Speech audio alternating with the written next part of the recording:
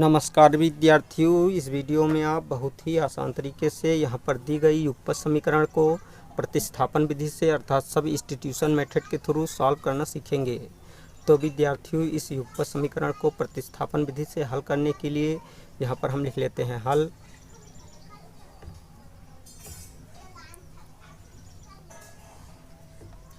अब ऊपर वाली दी गई समीकरण 3x + 2y = 0 को यहाँ पर लिख लेते हैं 3x + 2y = 0।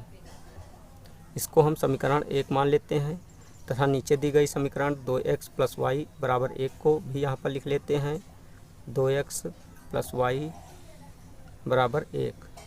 इसको हम समीकरण 2 मान लेते हैं। तो विद्यार्थियों, इन दोनों समीकरणों को प्रतिस्थापन विधि से हल करने के लिए हमें करना यह होता है कि इन दोनों समीकरणों में से किसी एक समीकरण के किसी एक चर का मान दूसरे चर के पदों में व्यक्त करते हैं। तो चलिए हम यहाँ पर दूसरी समीकरण के चर y का मान x के पदों में व्यक्त कर लेते हैं।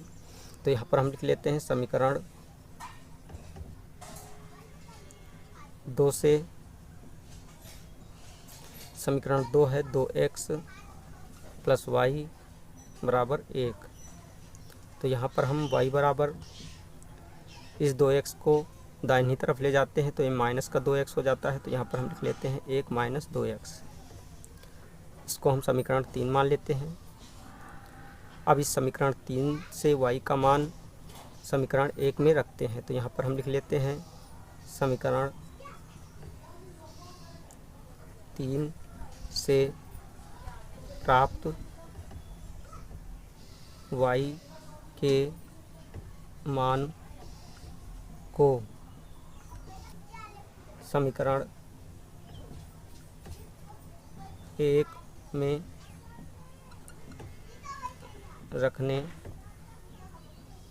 पर, तो समीकरण 1 3x + 2y = 0 है। तो यहाँ पर इसको लिख लेते हैं 3x + 2y = 0। अब यहाँ पर 3x + 2 × y का मान 1 - 2x है। तो 1 - 2x लिख लेते हैं बराबर 0 लगा देते हैं। यहाँ पर अगले स्टेप में 3x प्लस इस ब्रैकेट को खोलते हैं अर्थात 2 का 1 और -2x से गुणा करते हैं। 2 का जब 1 से गुणा करते हैं तो 2 प्राप्त हो जाता है। तो यहाँ पर 2 लिख लेते हैं। अब यहाँ पर प्लस चिन्ह है और यहाँ पर माइनस चिन्ह है, तो प्लस माइनस का गुणा माइनस होता है, तो माइनस चिन्ह लगा देते हैं। 2 का 2x से जब गुणा करते हैं तो 4x प्राप्त हो जाता है। तो यहाँ पर 4x लिख लेते हैं बराबर 0 लगा देते हैं। अब यहाँ पर देखते हैं 3x प्लस का है और ये 4x माइनस का है। तो 3x में जब माइनस का 4x जोड़ते हैं तो माइनस का x प्राप्त होता है। तो यहाँ पर माइनस का x लिख लेते हैं, बराबर का चिन्ह लगा देते हैं। और इस 2 को जब दाहिनी तरफ ले जाते हैं तो ये माइनस का 2 हो जाता है। तो यहाँ पर माइनस का 2 लिख लेते हैं। अब इस माइनस को माइनस से काट देते हैं। तो विद्यार्थी इस प्रकार x का मान 2 प्राप्त हो जाता है।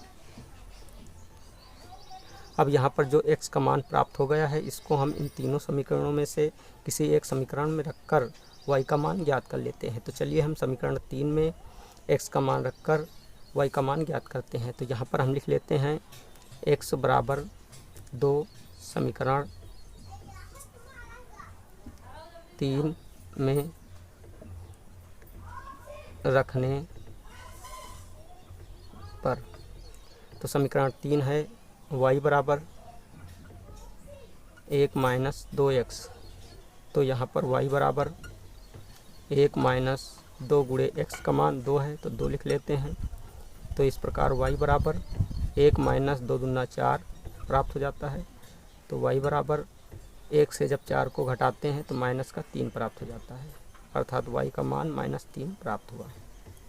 तो विद्यार्थी इस प्रकार इस युगपत समीकरण के हल यहाँ पर x = 2, y = -3 प्राप्त हुए। यही आंसर है। तो विद्यार्थियों, इस वीडियो में आपने बहुत ही आसान तरीके से यहाँ पर दी गई युगपत समीकरण को प्रतिस्थापन विधि से हल करना सीख लिया है। अगर आपको हमारी वीडियो अच्छी लगी तो हमारी वीडियो को एक लाइक दीजिए तथा चैनल को सब्सक्राइब कीजिए और बेल आइकन को प्रेस कीजिए ताकि आने वाली ऐसी ही हर वीडियो का नोटिफिकेशन आपको मिलता रहे। जय हिंद।